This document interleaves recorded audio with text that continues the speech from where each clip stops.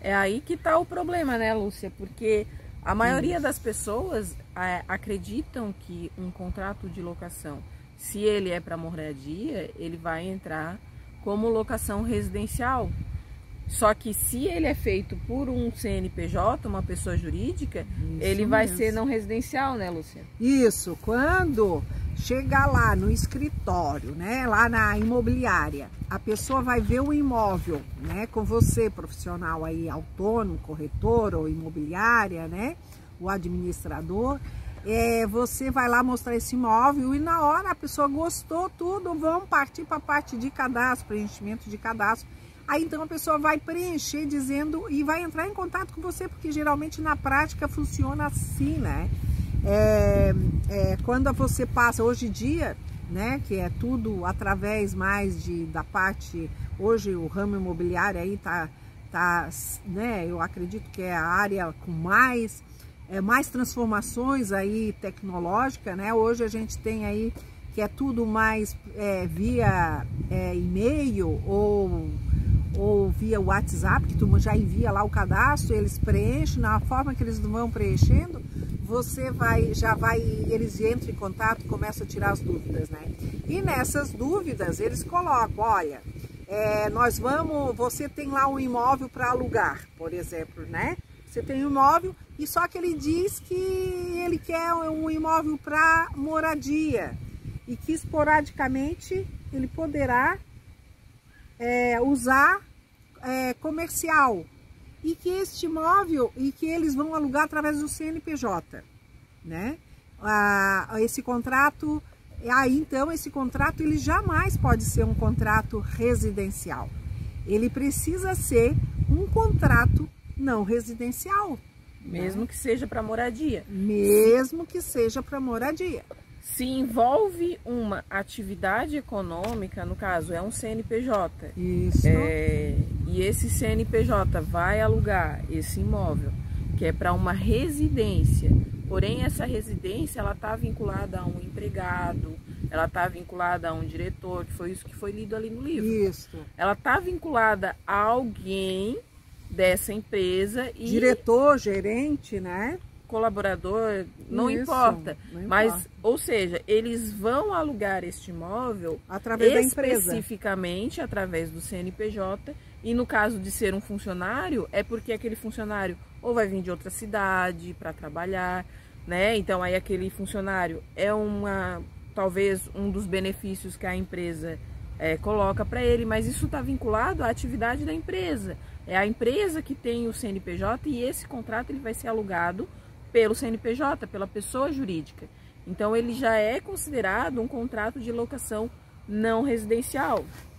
A gente teve um caso recentemente que até eles questionaram e o inquilino não, ele não chegou a se tornar inquilino, né, locatário, era só pretendente.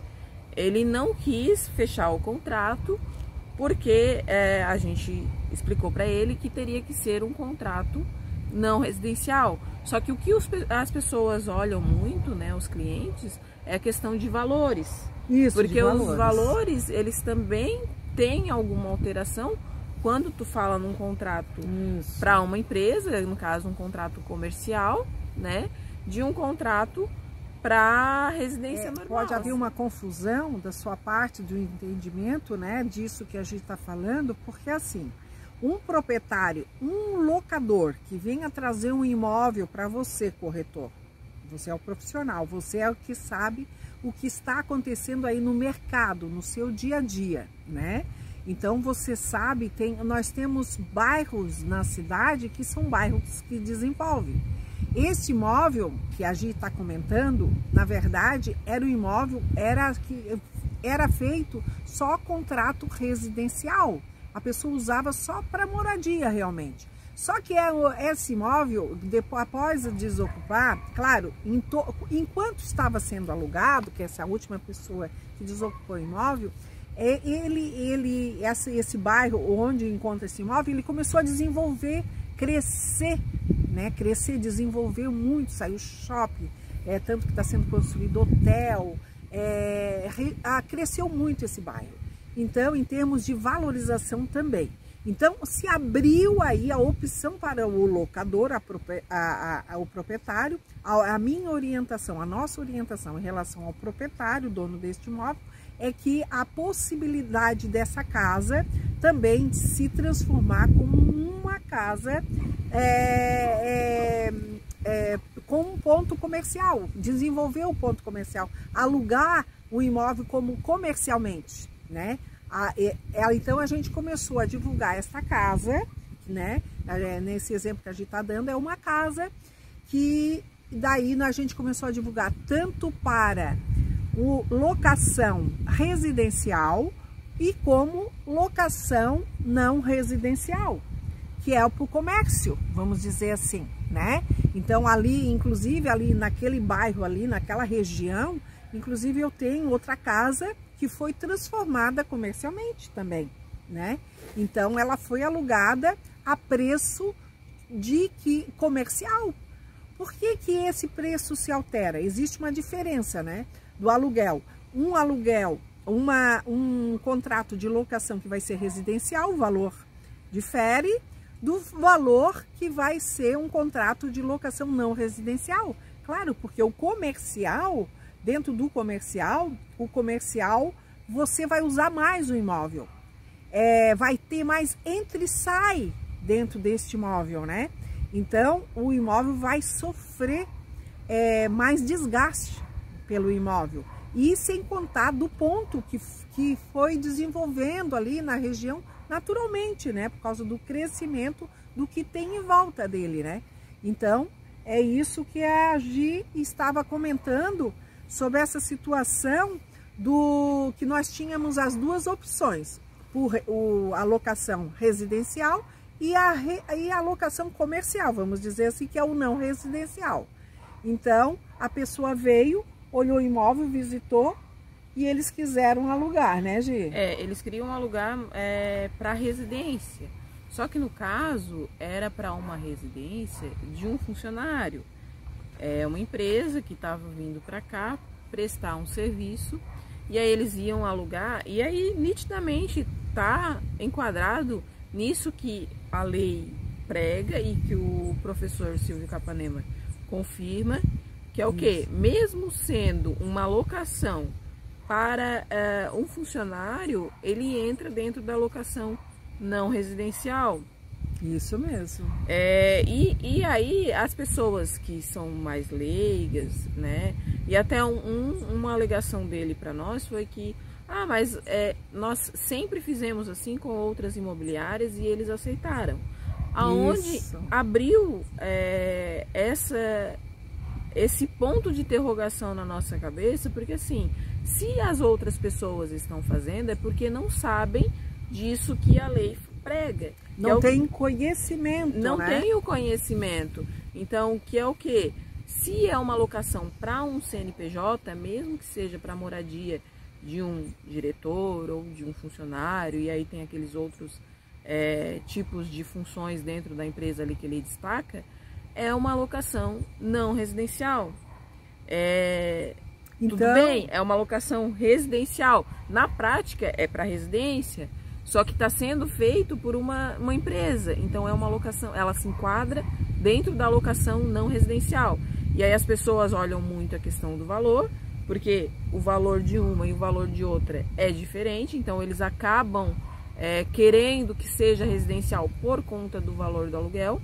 Só que tem uma outra coisa que também acaba influenciando nessa questão do valor, pelo menos do meu ponto de vista. Você pode me corrigir se eu estiver errada, porque assim, quando tu faz um contrato de locação residencial e tu faz um contrato de locação não residencial, no meu ponto de vista, para o inquilino que está lá, aquele inquilino que tem um contrato de locação não residencial, ele tem algumas vantagens.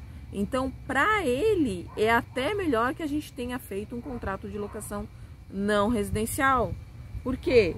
Porque existe essa diferença entre um contrato e outro. Isso mesmo. E as vantagens estão escritas também nesse mesmo livro.